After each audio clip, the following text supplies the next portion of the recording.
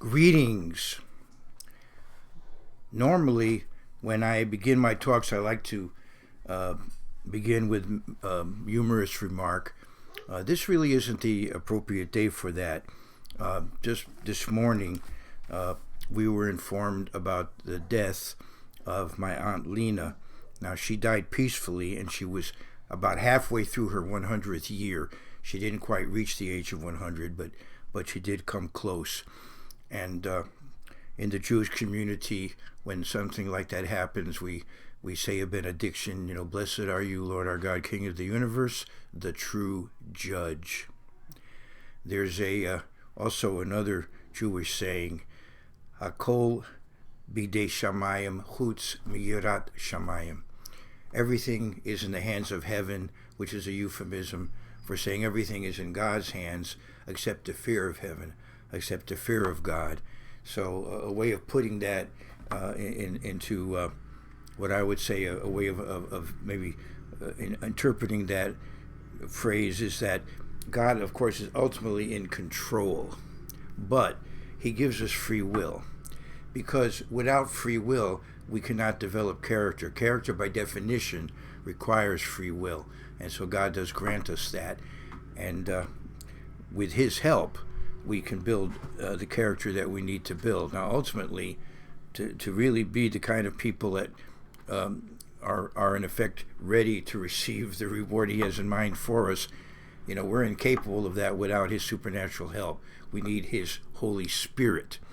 And, of course, that's the basis of the New Covenant. The New Covenant involves actually receiving God's Spirit, uniting the mind of God with our mind. Today I want to talk about New Testament holidays. I'm using the term New Testament because that's more what people are used to. The Bible prophesied about a Brit Chadashah, a new covenant, Hikini Diathiki, I think, in the Greek, and a new covenant. But it's generally referred to as the New Testament. And I say holidays because there are holy days in there, but also there are holidays. There are festivals, and the festivals, for example, the Festival of Tabernacles has a holy day in the beginning, but then 6 other days. And my older son Daniel explained to me that when we say festival nowadays, people have a different concept of what a festival is. So holidays may be a better way to put it. So today I want to talk about New Testament holidays. And the fact happens to be that God gave his people appointed times.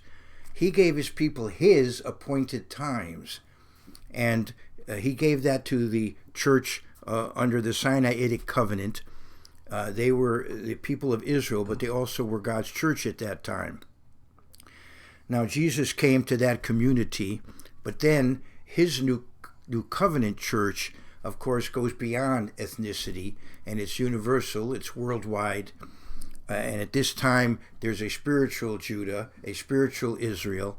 Now, ultimately, in the millennium, when God rules over the nations, the nation of Israel will once again play a very important role spiritually in converting the world. But right now, the church is not the world is not organized under God. So we have a church which is a spiritual organism. It's something that is a spiritual matter, whether you're a part of God's church. And obviously those who need to be together, to fellowship with each other, to meet together and all the rest of it, to be a community. But the community, of course, is as I said, of all ethnicities, of all kinds of backgrounds. But there isn't any reason to scrap these appointed times that God gave us, because their significance is extremely important from a New Testament point of view. Sometimes the way the light works is that you see somebody's shadow before you see the person. So first you see the shadow, and then you see the person. On the other hand, as the person is leaving, then you may see the shadow as the person is leaving. So the shadow, of course, is not the person, but the shadow can help you anticipate the coming of the person, or remember, the person has been there. So we don't just get rid of the shadow, because Jesus Christ has come, yes, but he's coming again. And we want to remember his ministry and God's plan of salvation. We want to review it and be aware of it, but we also want to be aware of what is yet to come. So in Colossians 2, Paul says people can judge us about what we do on these holidays, and the Jews rabbinically developed all kinds of complex do's and don'ts regarding these festivals, and kind of added so much, so many technicalities.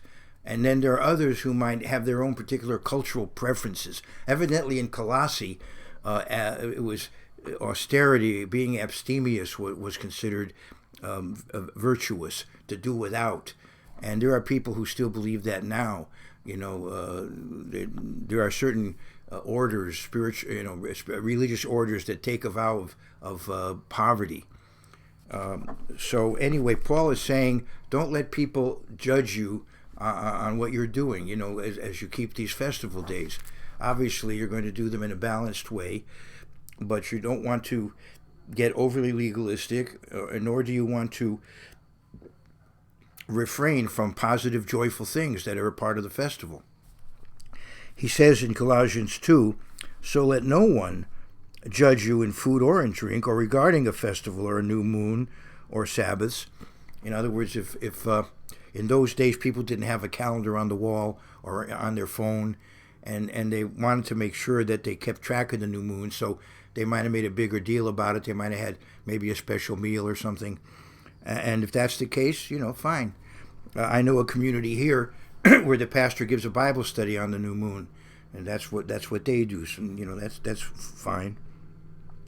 So let no one judge you in food or in drink, or regarding a festival or a new moon or Sabbaths, which are a shadow of things to come, but the substance is of Christ. So yes, Christ is the hero of the holy days. The substance is of Christ, but the shadow is useful for us. We want to remember what he did, and we want to look forward to what he will do. These are God's appointed times. And as I said, we don't want to be bogged down in being judgmental and overly technical in how we observe these days. And that can happen. And it's amazing what kind of things people can come up with, the kind of complications they can develop. People can kind of, develop their own religion about, do this and don't do that. I don't want to necessarily pick on anybody in particular. But maybe you already have experienced these kinds of things in your own history of involvement with religion or with religious people. But in the book of Galatians, Paul says there, he starts with the word days in Galatians 4:10. Days you observe, and months and seasons and years. So you're getting wrapped up in the technicalities and forgetting the central meaning.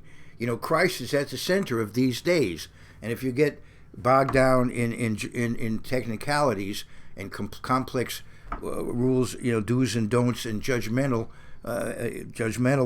practices or judgmental attitudes, you lose the value of the days.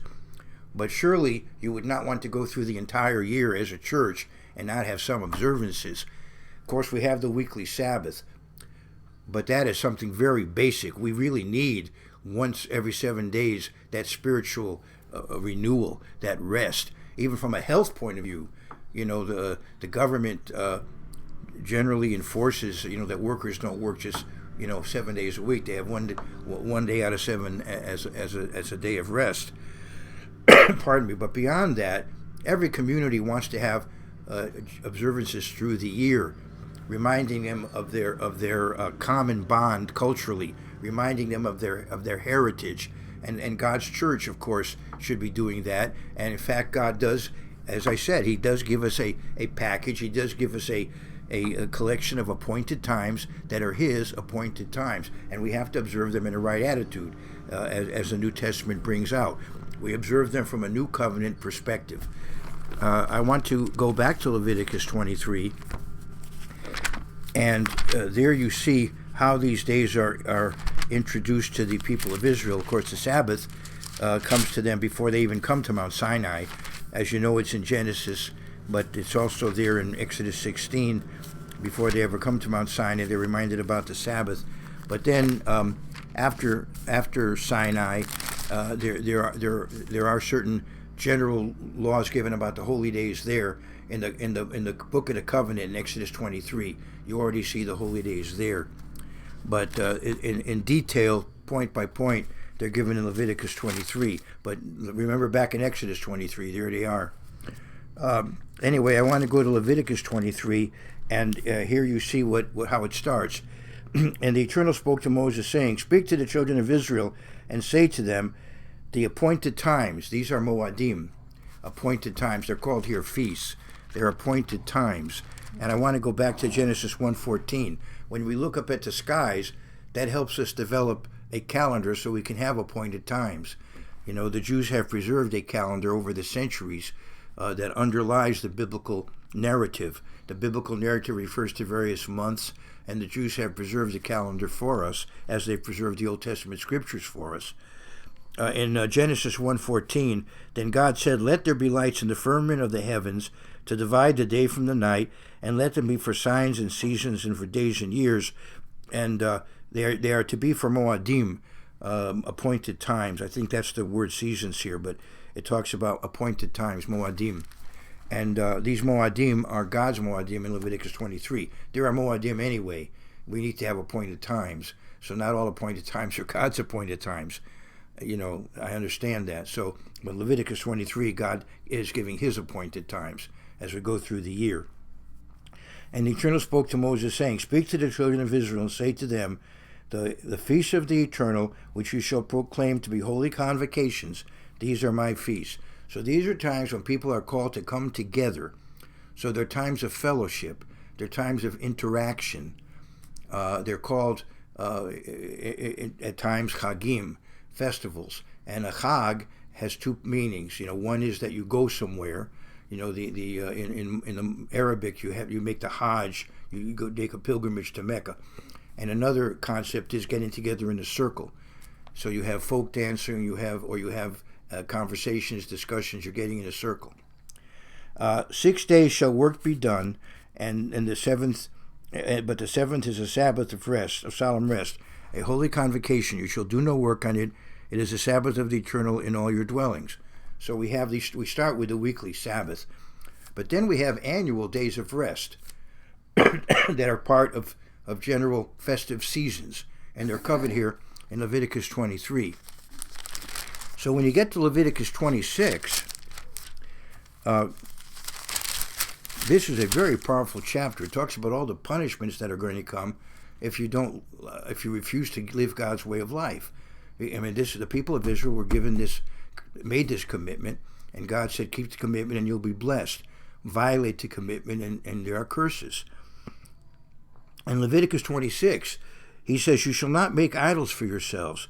Neither a carved image nor a sacred pillar shall you rear up for yourselves, nor shall you set up an engraved stone in your land to bow down to it. For I am the Eternal your God." So no idols. "You shall keep my Sabbaths and reverence my sanctuary. I am the Eternal." So while the sanctuary was standing and needed to be treated properly with respect, often it was not, and it was eventually taken from them. Now, if it should ever be rebuilt, again, that requirement would have to be there, would have to be respected. He also says, "Keep my Sabbaths." Why is it plural? Well, you could say because it comes once a week, but you could also say these Sabbaths include annual days of rest, annual Sabbaths, and they are an important part of God's way of life, of the culture of God's people. And all through the Old Testament, they play a very important part, and they play a very important part in the New Testament. If you read the New Testament, keeping in mind references to the holy days and festivals of God, go through Gospels and Acts, and you'll see it all through. And then also in Paul's letter to the church in Corinth, his first letter to the church in Corinth, you'll see references there. So they do play a very important part in the historical development of God's church, and they are often seasons of spiritual renewal, or once people have developed a sense of renewal, they focus on these festivals as a way of spiritually revitalizing the nation.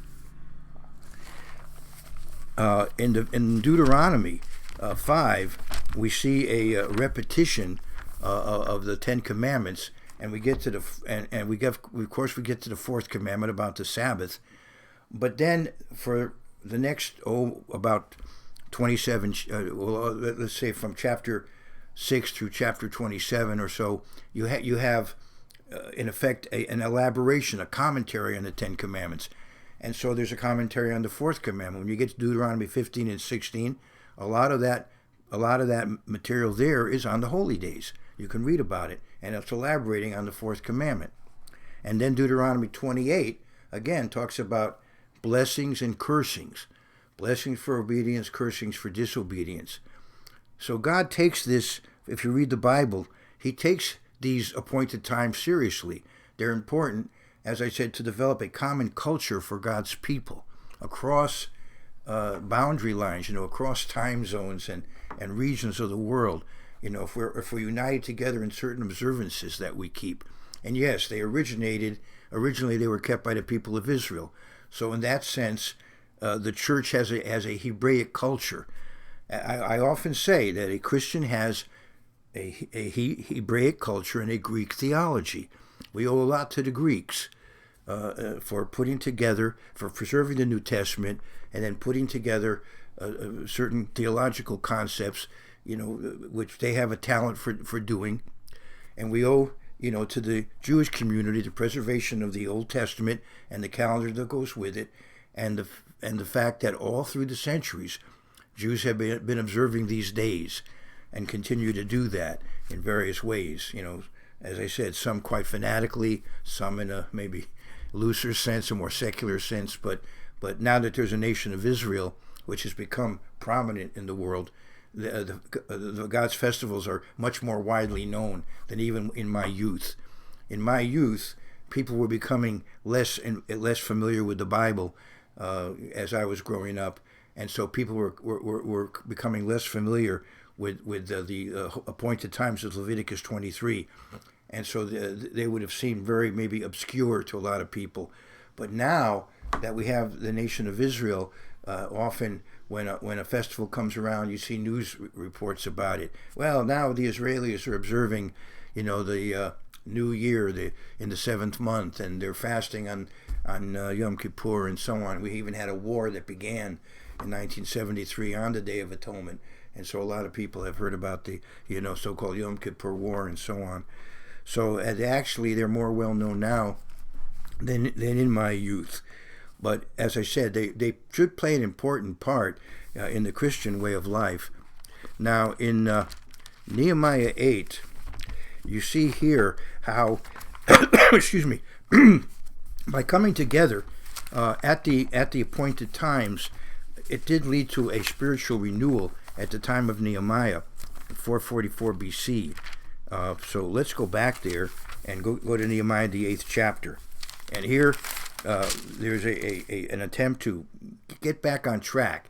Israel, the people of Judah at this time were back in the land, some of them, and they were given local autonomy by the Persian Empire. They had to pay tribute to the Persian Empire, but they were able to enforce the Sinaitic covenant within Judah. So they had that authority. So they had the opportunity to get the nation back on track spiritually. And now we see in Nehemiah 8, now all the people gathered together as one man in the open square that was in the front of the water gate, and they told Ezra the scribe to bring the book of the law of Moses, which the Eternal had commanded Israel. So this is a unique time. Every once in a while, you have a period when the people are united, and tremendous spiritual power is unleashed when the people of God are united. You see that at Mount Sinai, you see that here, and later on I'll show you another time.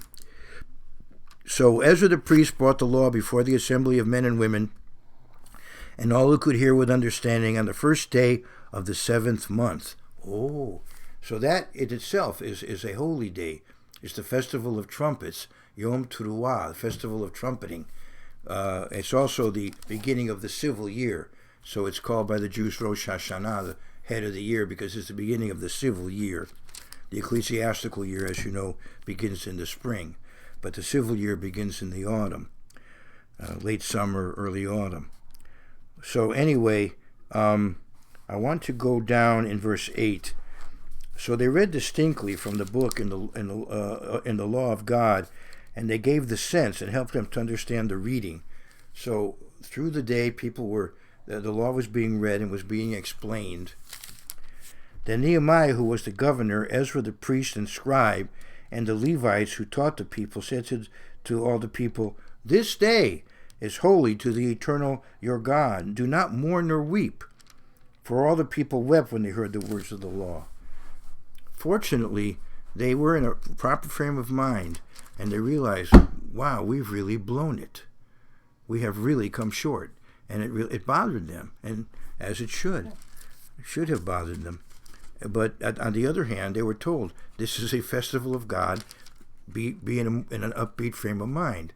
Be in an upbeat frame of mind. Then he said to them, "Go your way, eat the fat, drink the sweet." Well, this doesn't mean eat literally fat from that you don't eat, but eat the fat meaning the best, the choicest thing, extra special. Shaman fat is related to the number 8. 7 is complete, and 8 is super, abundant, beyond complete. Like the word for fat is related to the word for 8. Anyway, and the word for 7 is related to saveya. Sheva is 7. Saveya means to be satiated, to be satisfied. Normally in the context of food. Anyway, then he said to them, "Go your way, eat the fat, drink the sweet, and send portions to those for whom nothing is prepared." So make sure everybody is able to enjoy the festival, even those that don't have as much. All right? "For this day is holy to our Lord. Do not sorrow, for the joy of the eternal is your strength." So be positive about the beginning of the civil year. So the Levites quieted all the people, saying, "Be still, for the day is holy. Do not be grieved." So they really were broken up. It's very impressive. But then the Levites told them, no, look at the positive.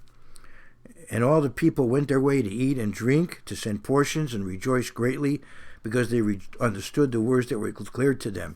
They were so grateful to finally understand their responsibilities, how to live. Now on the second day, the heads of the fathers' houses and all of the people with the priests and Levites were gathered to Ezra the scribe in order to understand the words of the law. So they kept on going with this. "And they found written in the law, which the Eternal had commanded Moses, that the children of Israel should dwell in booths during the feast of the 7th month. So now they realized, hey, we've been neglecting the Festival of Tabernacles. We haven't been doing it. And here they're in Jerusalem, so you're not going to go anywhere. You're there. So they had temporary dwellings for themselves there in Jerusalem.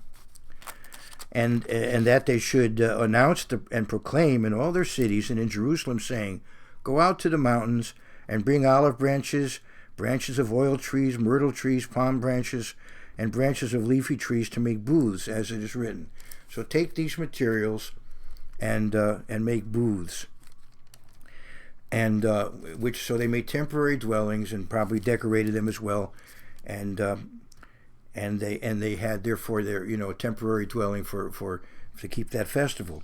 Then the people went out and brought them and made this would be the best thing to do in that era as far as how to have temporary dwellings. That would be the most effective way to do it.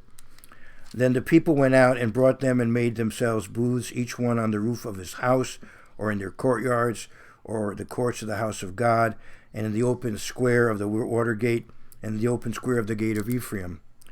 So the whole assembly of those who had returned from the captivity made booths and sat under the booths, for since the days of Joshua the son of Nun, Until that day, the children of Israel had not done so, and there was very great gladness. I think this statement is a literary statement, and it doesn't mean that nobody was doing it, but evidently the unanimity of it, the level of participation and also the intensity had not been equal since Joshua's time.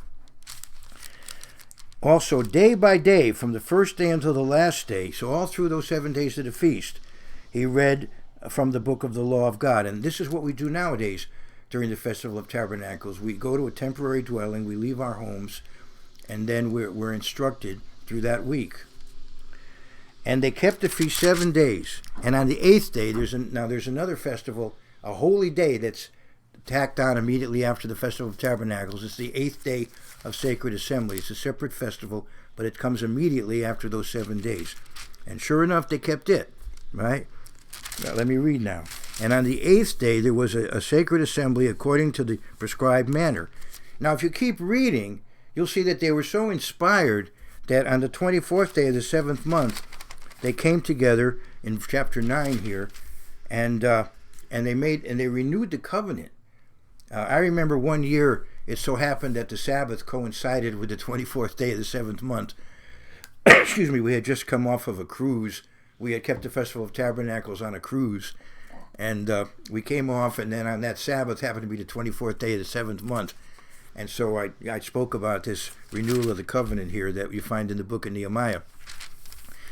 So anyway, you see that it led to a renewal of the covenant. It was a very important part of the history of the church.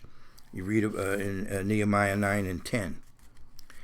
So you see that the holy days are very much tied in with the spiritual life of God's church. And what do you know? The New Testament church begins on a holy day. In Acts 2, let's go to verse 1. When the day of Pentecost had fully come, they were all with one accord in one place. So now we're in the daylight hours of the Festival of Pentecost, the time when the sacrifices are going to be offered. People are going to come to the temple. And then 7 miracles occur, including the inspired preaching of Peter, and then the 3,000 baptized. We go from 120, we multiply that 25 times to 3,000. And I want to go to verse 41 or so. Let's go to Acts 2 and verse 41. But first, let's go to verse 5. Where did the church begin? With whom? We had the 120 disciples, roughly. But then you look at verse 5 of Acts 2. And there were dwelling in Jerusalem Jews, devout men from every nation under heaven. Oh, so the church began with commandment keepers. They were so zealous that they were in Jerusalem for Pentecost. And that's the core of the New Testament church. That's how it begins, with people who were there for Pentecost from all over the world. They wanted to be there at the temple for Pentecost, and from all over the world they came. And then 3,000 of them were added to the church in verse 41. Then I'm going to Acts 2:41. Then those who gladly received his word were baptized, and that day about 3,000 souls were added to them. So the New Testament church begins on Pentecost, and you would think that they continue to observe Pentecost. When you go to 1 Corinthians 16, it would seem reasonable, because Paul, writing to the church in Corinth, these are Gentiles, he says in verse 8, "But I will tarry in Ephesus until Pentecost." So he matter-of-factly mentions it, and you get the idea that they're going to be keeping Pentecost. And in 1 Corinthians 5, you would certainly get the idea that they're going to be keeping the Passover and the Festival of Unleavened Bread. When you read the passage in 1 Corinthians 5, verses 6 through 8, you would get that impression just reading. So as I'm pointing out, these appointed times all through the Bible play a very important part in the spiritual life and vitality of God's people, and it continues through New Testament times. And I referred when I read Nehemiah 8 to the Festival of Trumpets. Look at the book of Revelation and what jumps out at you? The blowing of the trumpets that signal the end time events, and the seventh trumpet that leads to announces the second coming of Christ. How can you not think about the Festival of Trumpets when you read the book of Revelation? And speaking of the book of Revelation, I want to go to Revelation 14 and verse 12. Many years ago now, I was in a church which I saw was abandoning many of the commandments. They were going to go mainstream, as it were, and just kind of abandon many of their beliefs and practices, which is why I was there in the first place. And so as a way of just organizing the beliefs and practices that I believe we should have maintained and developed.